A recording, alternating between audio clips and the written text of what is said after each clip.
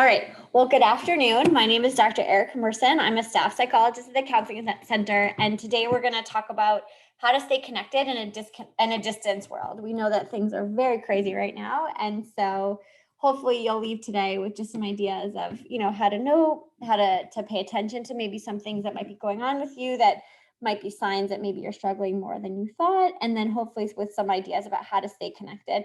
Please feel free to interrupt at any time if you have any questions. Certainly want to make this interactive, so I might be asking some of your input. I hope you feel comfortable sharing. If not, I understand. Okay, so this is just what we plan to cover today. So just a little bit, speaking a little bit to the power of human connection, how to strengthen your connection with others, taking a look at what loneliness looks like, and kind of identifying when and how we might be feeling lonely or isolated, what the impact of being lonely and isolated are, how to prevent that, and some strategies. And then again, just some quick Counseling Center facts.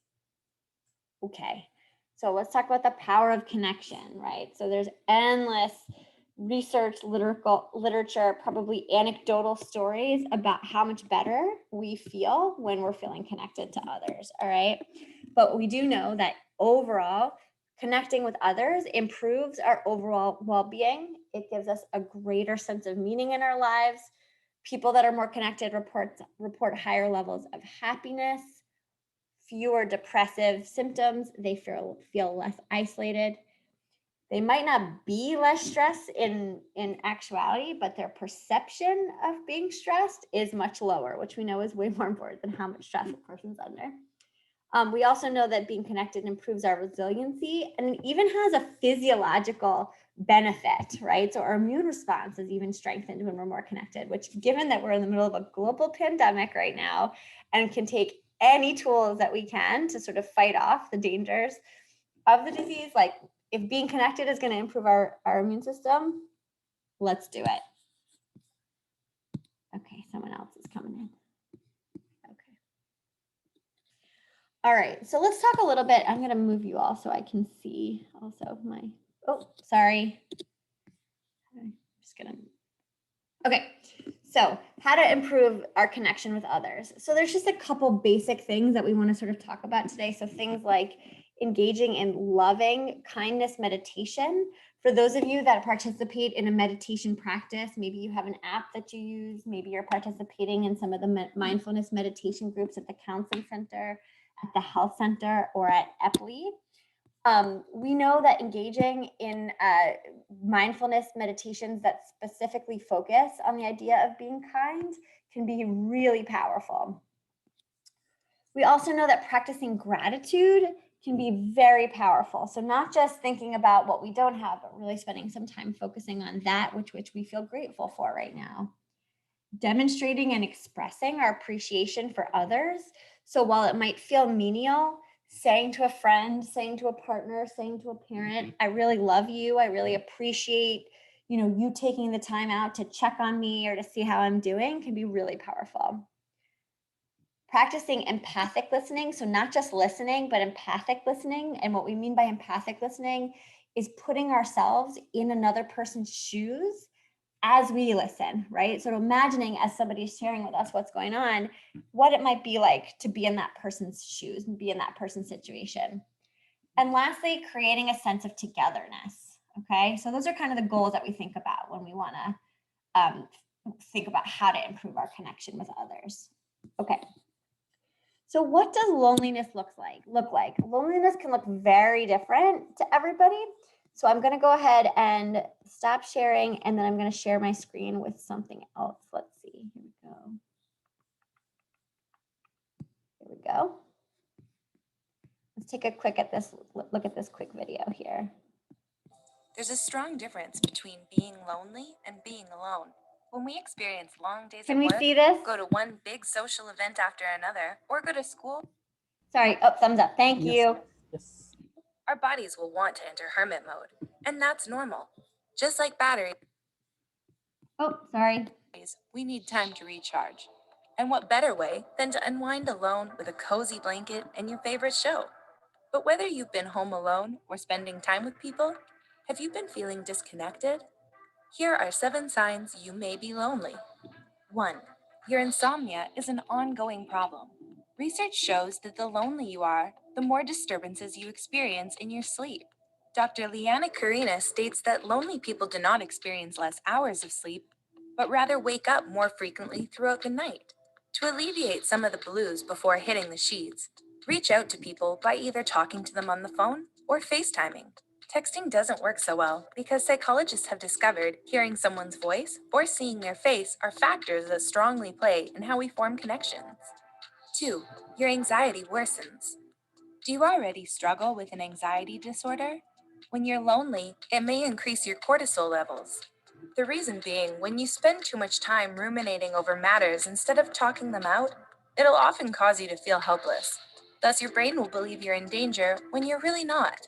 Instead of criticizing or being hard on yourself, try practicing positive self talk and healthy mantras like, you can do it, or this too shall pass. 3. You live on your couch or bed. Loneliness can encourage us to stay locked in our homes, specifically one spot, like the couch or bed. You may find you have no problem wearing your PJs all day or binge watching TV. Doing this every once in a while is understandable, but if you do this on a daily basis, then something may be wrong, especially if you feel emptier than fulfilled. Crack open a window, let some fresh air in, and go out for a walk. Being in nature can help us feel connected and stay in the present. 4. You have difficulty with social situations. Research shows that people who are lonely experience a harder time understanding and adapting social skills. Maybe you realize you have to put yourself out there more in order to make friends and establish a bigger network. But you might sweat at the thought of it and make up excuses for yourself, like believing you're unapproachable or like you're not eloquent enough to stir up interesting conversations. Don't listen to those negative thoughts. Instead, remind yourself that you're only human and give yourself pep talks to boost your confidence. 5. You choose materials over people. Do you spend more time buying things rather than making plans with people? Having nice things can seem great the first few minutes when you get that adrenaline rush, knowing you got them while they were on sale. But this excitement is not sustainable in the long run. In the end, our experiences hold more meaning than what we own. Substitute your shopping sprees with family nights or vacation with your romantic partner. 6. You're gaining weight. Maybe it's not just the cake or all the pizza that's been making your digits go up. Loneliness can often cause us to overeat when we feel like we can eat our problems away. Our negative headspace makes us most vulnerable when we opt for sugary sweets and carbs that we deem as comfort food. Consequently, our bodies will start to suffer from high cholesterol levels and high blood pressure. The next time you experience loneliness, try not to eat alone. Instead, prepare meals with friends and family. 7. Alone time doesn't feel fun anymore. There's nothing wrong with being a natural homebody. But if you find yourself growing irritable instead of relaxed doing solitary hobbies, it might be time to evaluate what's going on. If you absolutely feel like you have no one to turn to, talk to your doctor, counselor, or HR manager. Never assume you have to bottle things up. You are loved and deserve a network of people who care about you. Want more self help content? Check out and subscribe to Yes Renault's channel. She creates videos on motivation. Okay, let's go back to sharing the PowerPoint.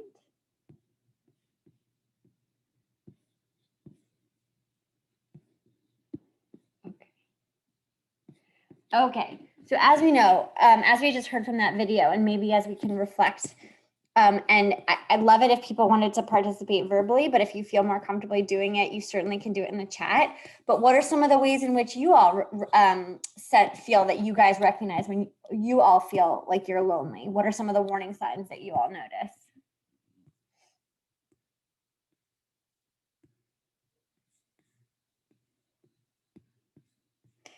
As I said, please feel free to unmute yourself or put it in the chat if that feels better.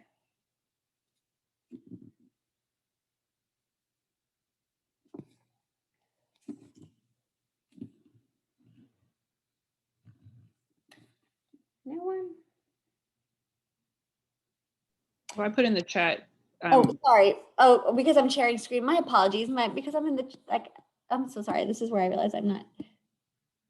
Yes. Okay, sorry. Yes. So things like sleepiness and stress. Absolutely. My apologies. The chat wasn't open because I'm in the share screen mode. My apologies for that. Okay, cool. All right. So, what are emotions? Maybe you all have seen this movie. If not, I recommend it. It's called Inside Out. But what are emotions? Well, emotions are a natural part of the human experience. So, people often associate like feeling like they're out of control of their emotions or feeling like their emotions are illegitimate or that they're too expressive, etc. But the truth is that we all have inherent basic instinctive emotions that are important to acknowledge and validate. We're born to experience a large range of different kinds of emotions and to express ourselves and to feel and recognize emotions very varied, like lots of different emotions. The 5 that you see on the bottom are what we call our innate emotions, meaning that we all have them and they are sort of universal across. There are other emotions that, depending on our socialization, we might have extra or different emotions that get expressed more um, um, frequently or less. So, for example, a common socially constructed thing is that men tend to be more angry and externalize things, where women tend to be more internalizing and feel more sadness. Things like jealousy, and some people experience that more pronounced. Some people don't experience it at all, etc. Um, we often are afraid of our emotions, but one thing to think about is how can we pay attention to our emotions to get to understand what are they telling us about our bodies, our experiences, and their minds? Because often when we're feeling something, it's our body's way of telling us that we should be paying attention to something that's going on, right? So if we're feeling sad, it's important to pay attention to why are we feeling this way, right? What might be going on that maybe we haven't been paying as much attention to, that's worth paying a little bit more attention to and attending to. Always important to remember that our emotions are always valid. All right. In terms of the impact of loneliness and feeling distant, the way that I said in the first slide or two, how being connected can be extremely powerful and have a lot of really beneficial impacts on our body and mind. Feeling lonely, being isolated are actually bad for your health, right? So they've done a number of research projects. This is a pretty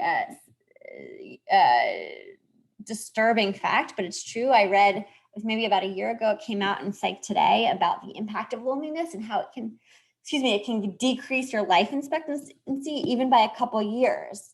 Right. So when we're feeling lonely and isolated, we are more prone to depression, weakened immune system, things like heart disease, dementia. As I said, I think like a recent study showed that it can have as detrimental, or if not more of a detrimental effect, being lonely to you than smoking. Things like high stress, increased risk for drug abuse, decreased memory and brain changes. And while I feel like this can be really, really, really, kind of like a Debbie Downer to hear about this stuff, when we say be connected and feel less lonely, we're not necessarily talking about like sweeping changes. We're just talking about increasing your connections. And it's not about quantity, but it's more about quality. All right. So what are some things that we can do to help prevent loneliness? One, we can focus on doing something for others. So something like volunteering, basically engage in an activity where the focus is more on doing something outside of yourself and doing something for others. It could be offering to get your neighbor groceries if you're going anyway, or even if you're not. It could be pen paling with a local person that lives in an assisted living community. It could be offering to, mow the grass or etc. It could be really anything. It could be even listening to somebody who maybe is spending a lot of time by themselves. Then another thing that we can do is expect the best. So a lot of us are feeling a lot of rejection and feeling like it's a lot easier to focus on the things that aren't going well. Well, instead of focusing on that, we can focus on what is going well. And particularly when we think about our relationships with others, we know that no relationship is perfect. But when we spend some time focusing more on what you love about your relationships and maybe what that person loves about you, that can really help with some of the loneliness, to know that you value others and what they bring to your life and what you bring to their life. We also can focus on developing quality relationships. So again, not about quantity, but about quality. So connecting with people that share some sort of similar attitude, interest, or value to your own. We also can, as we said before about with our emotions, when we're feeling something, if we're actually experiencing like an overt sense of loneliness, it's really a sign that something needs to change and we can act on that. So for example, if you're feeling like, oh gosh, as that video said, I've been sort of glued to the couch in the same position for an extended period of time, that's the call that I need to sort of step outside of my box. I need to reach out to somebody, a neighbor, a roommate, a friend, even if it's over the phone. And lastly, as we indicated on the last slide and the slide at the beginning, having a real understanding of the unique impact of loneliness on your life can hopefully be a motivating factor to take steps towards decreasing the loneliness.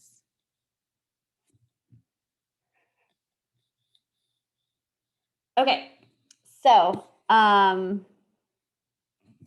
what some strategies for how to stay connected. So one, maintain your routine. So for a lot of us, we were engaged in pretty habitual routines before the pandemic started. Maybe maybe every Monday we participated in an online study group, or maybe Tuesday we were in a book club, or every Sunday we went to a place of worship, or Saturday, etc.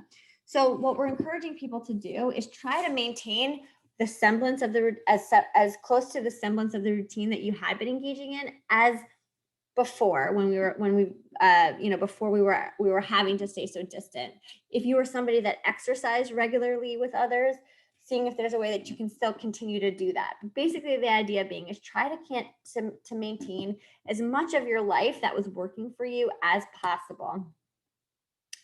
Another thing is to set boundaries with your time. So, one thing I'm noticing is that I work with a lot of individuals, and I could even speak for myself with this, where I was, let's say, regularly engaging in a self-care routine that might not be working as effectively right now, but that's because the everyday points of contact with others that I used to get, for example, through normal everyday work interactions, maybe through being outside at the playground, maybe through going to grocery stores or talking with shopkeepers, for example, are no longer the same.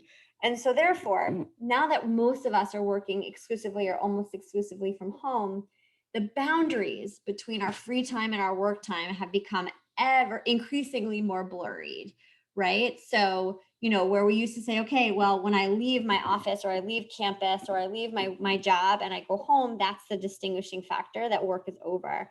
Whereas for me right now, I'm delivering this presentation from my work desk, which happens to be 3 feet from my bed. It's a little bit blurrier, right? In terms of where that boundary is. So as much as you can set boundaries for your time and protect that time so that you can engage in activities that are connecting with others outside of the very isolated workday. That third thing that you can say, build networks of support. Feel free to copy that link down. That is a link that it's a UMD link where you can learn more about ways to connect with other people on campus. And lastly, the last Take Up Something New link is a link to a number of free online courses that people are that are accessible to students to like learn a new activity, learn about a new topic, etc. So please feel free to take a look at those links. All right, let's talk about some additional specific ways to connect. So one, call your loved ones. Nowadays with WhatsApp, Zoom, FaceTime, Skype, I actually don't know what Viber is, Marco Polo, etc. People, no matter where they live in this world, are now accessible in a way that they haven't been previously. So this is the time to connect. We know that obviously face-to-face connection is the most powerful, but given that that's quite limited right now, the second best option would be video. So to do like a video FaceTime or a video talking to someone. Second best would be obviously a phone call where you can hear their voice, and then obviously texting or chatting or emailing is a form of connecting, but it's the least personal form of connecting. So the more that we can get to that face-to-face interaction, the better. The next thing is meet your neighbors safely. If probably most of you are too young to remember the show Home Improvement, but the neighbor that would talk all the time to the family next door, saying hello over the fence. If you live in a community or an apartment, maybe gathering with some neighbors outside in the courtyard, having outdoor distant meetings in the park, etc. Let's stop sharing and share this other link here. So probably at some point you all saw this, which I can't think of a better way of connecting with your neighbors. So here, let me go ahead and share this with you. Where is it? Okay. All right, take a look at this amazingness.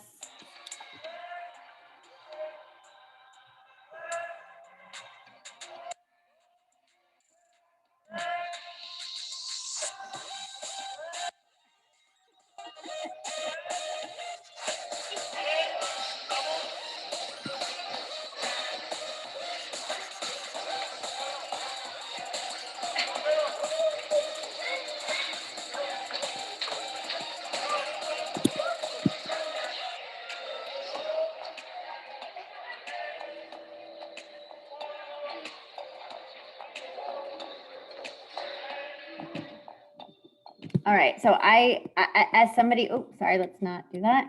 As somebody who is an exerciser, something like that brings me so much joy and so much excitement because I can't think of a better way of staying connected with others outside. Sorry, let me get my presentation back up. Oh, I've lost my mouse. I'm so sorry, my mouse has disappeared. There we go. Okay, so let's go back to share my screen.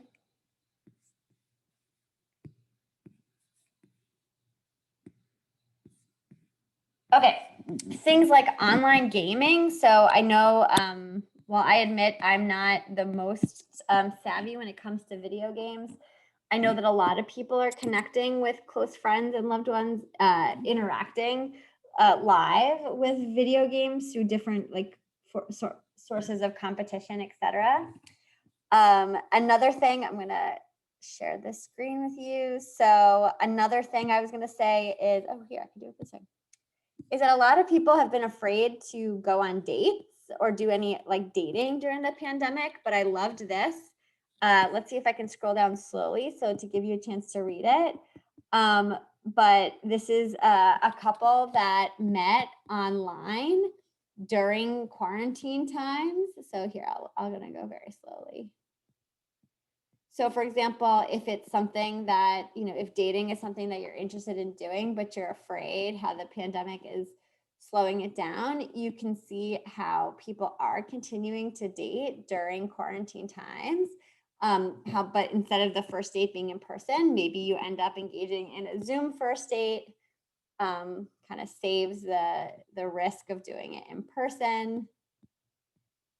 Please let me know if I'm going too fast here. This is just something that made me laugh that I wanted to share with you.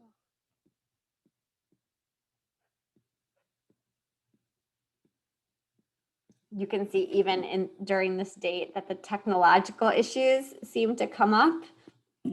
And instead of, you know, ending the date abruptly, it became something that became kind of a fun way of continuing the date.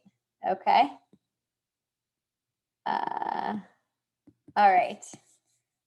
All right, let's stop that share and go back to the PowerPoint. All right.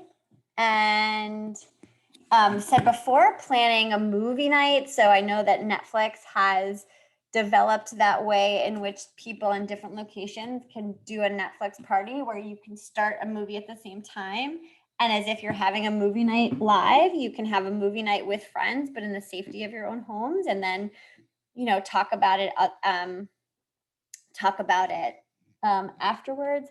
I also have friends I know that are engaging in like online games, like a poker game where they use, let's say, an app to play the actual game, but then they're using a Zoom Hangout or a Google Hangout for them to be able to like talk to each other during, as if they were playing poker live and in person. The last one is to volunteer. As we said before, think about ways to give back to others. So I know that a lot of people are struggling in these horrible times with food insecurity. So donating, if you can't donate money or food to, for example, a local food bank, maybe you could like donate some of your time to help organize the food banks or deliver the food. And lastly, I love that there is the option of pub quiz. So for those of you who are, that are, what's it called? Trivia aficionados, that you maybe do trivia. I know right now there's a plethora of online trivia options, like free options. I know that there's a couple of Facebook groups that I know of, where you can play online trivia, no fee, by yourself, or you can be on a team with others. So I thought this would be a really fun, hopefully to make you all smile, the best questions, the best names for your trivia names. So the old reliables. Here you go. Here are some fun trivia team names during this crazy pandemic time, as you can see. Boozy names. So we've got Live or Let Die, I love. Menace to Sobriety.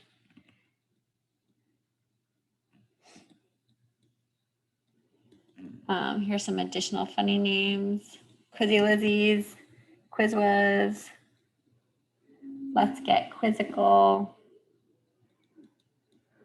All right, cool. All right, back to the PowerPoint.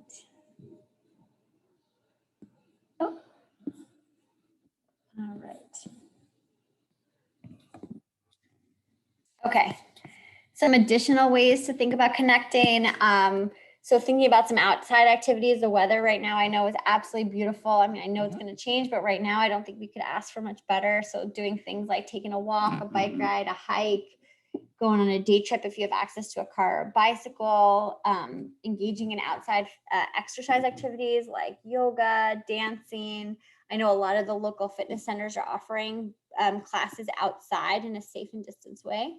And even if you can't necessarily do these activities with other people, you certainly can feel free to do them on your own. And then it gives you something to talk about with others. So maybe, for example, like if you're friends and you can't coordinate an outside hike, maybe you both, kind of on your own explore something, and then you exchange stories, and then maybe you can try and do the next one together, or at least you give each other ideas about some other things to try.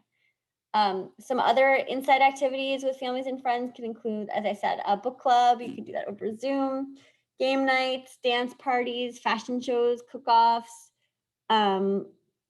doing like a show and tell. I know a lot of people have done like taste testing. So for example, like getting a number of different products of one specific type and then doing like a taste test and kind of having fun with that. And then some inside activities on your own. And again, then you could share about it with someone else. It'd be, reading a book or an article or watching a movie, doing some workout challenges or writing letters. So now I want to pause for a few minutes and ask you all, what do you do? What have you been doing to try and stay connected, and or what feels like has been the hardest part, of staying connected right now in this very distance world?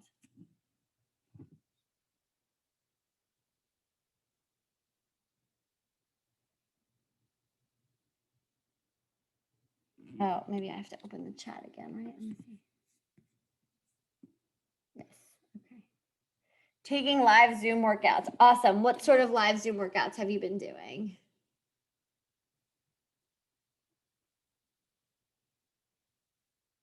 Yoga. Awesome. Zumba. Oh, even better.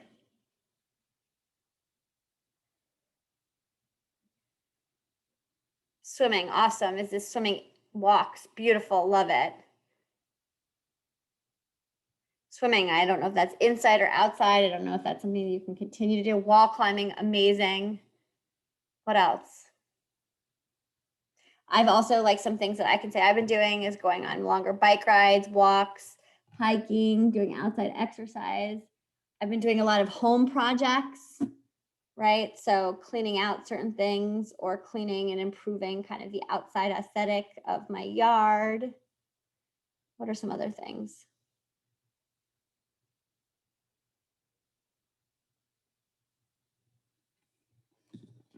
Cooking, awesome. Also, I wonder what have been the hardest things about being being disconnected right now.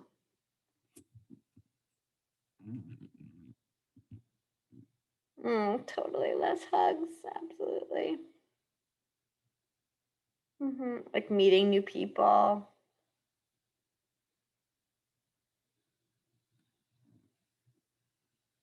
What else? Work-life balance, oh gosh, yes. This, I always laugh at people that, we're grown-ups and we're struggling with this. My daughter, who's in first grade, has Zoom, and then she has like a 10-minute break, but she doesn't even know what 10 minutes mean. So finding time in between the sessions is so hard, regardless of where we are. But it's really depressing to watch. Like the poor kid is like, they want me on TV at 12, but I don't even know what 12 means. Yeah. What about, I'm also missing that in person. Absolutely. I mean, these presentations, I'd much prefer to be doing them live.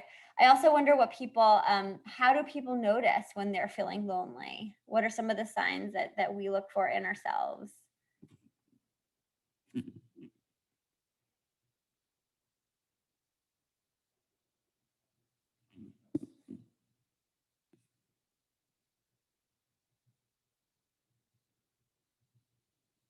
I mean, I think you all are hitting on a big one. Productivity goes down, stress levels go up. We notice changes in our mood. We kind of feel like on edge.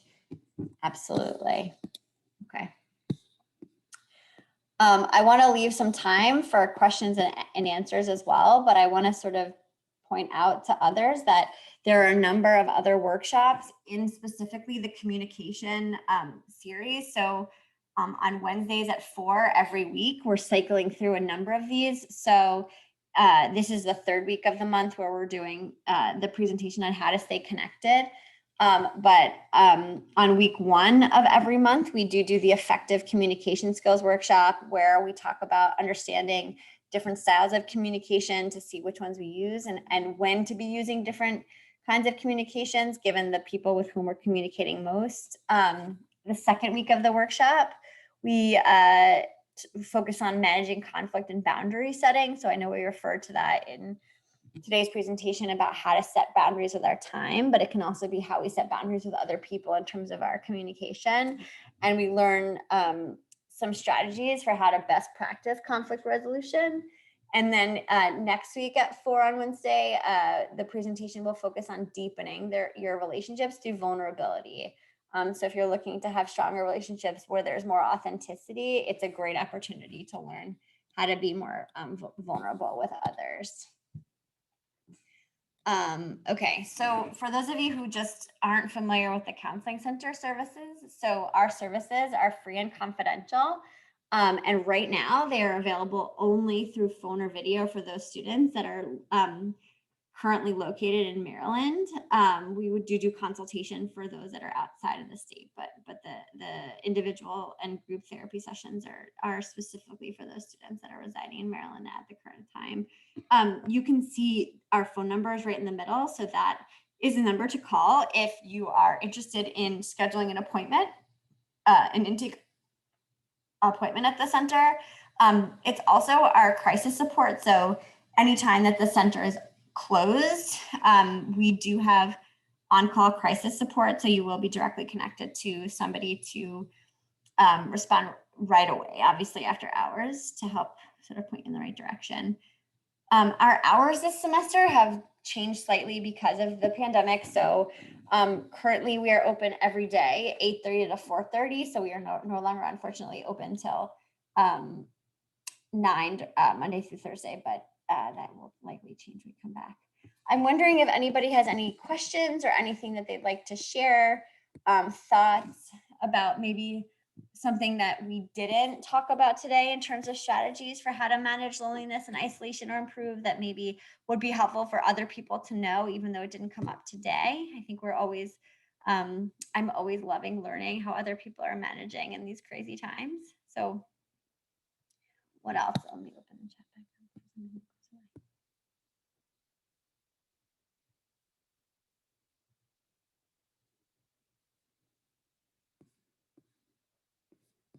Anything that was missing? Oh, sorry.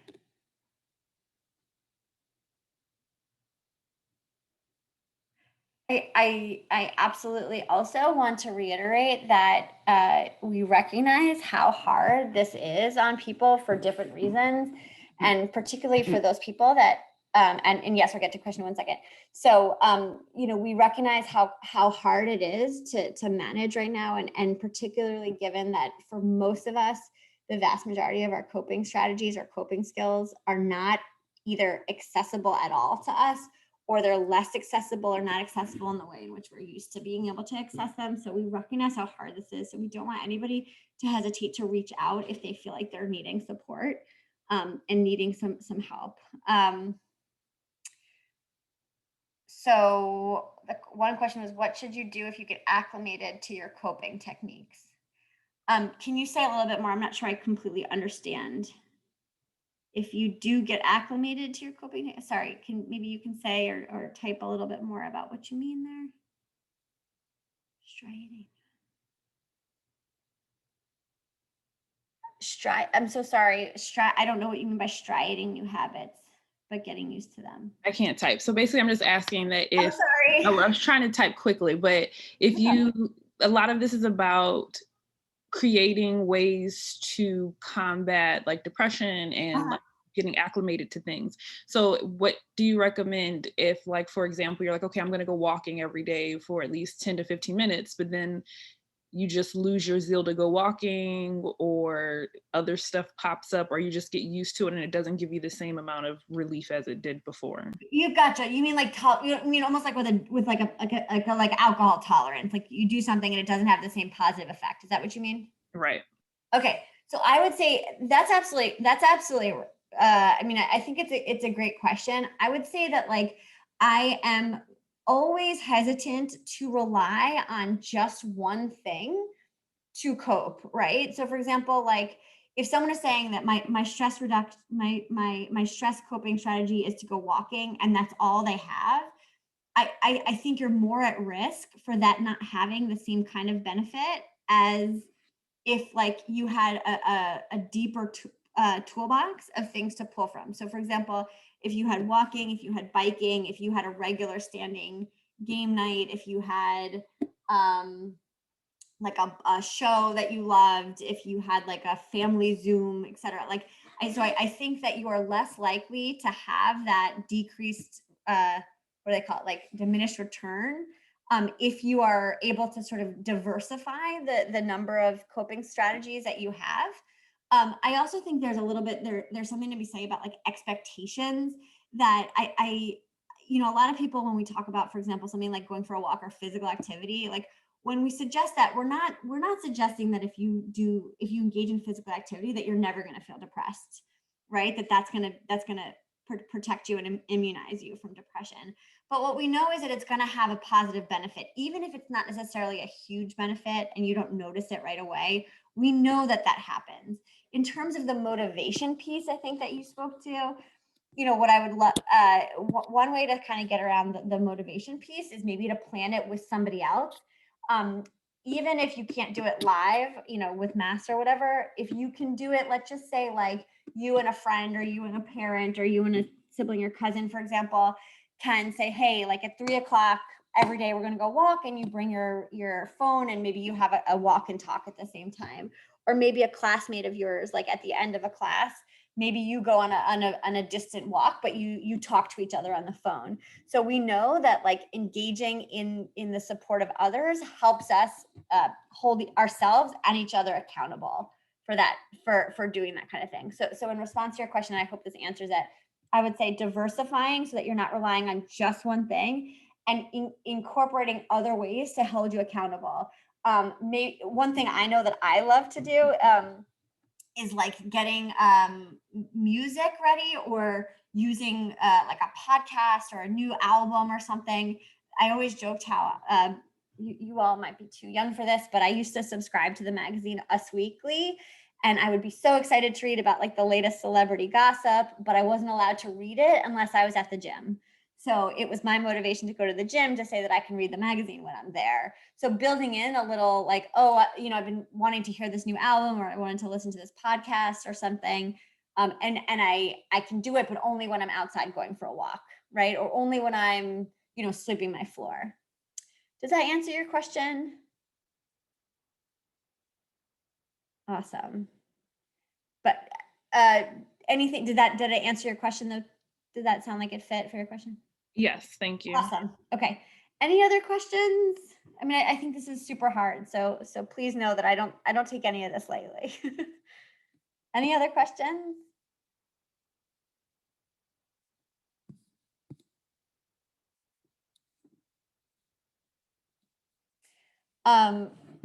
Okay.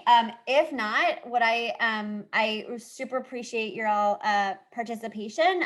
You can see Lydia just put that website in the chat, and then also the slide that you're looking at.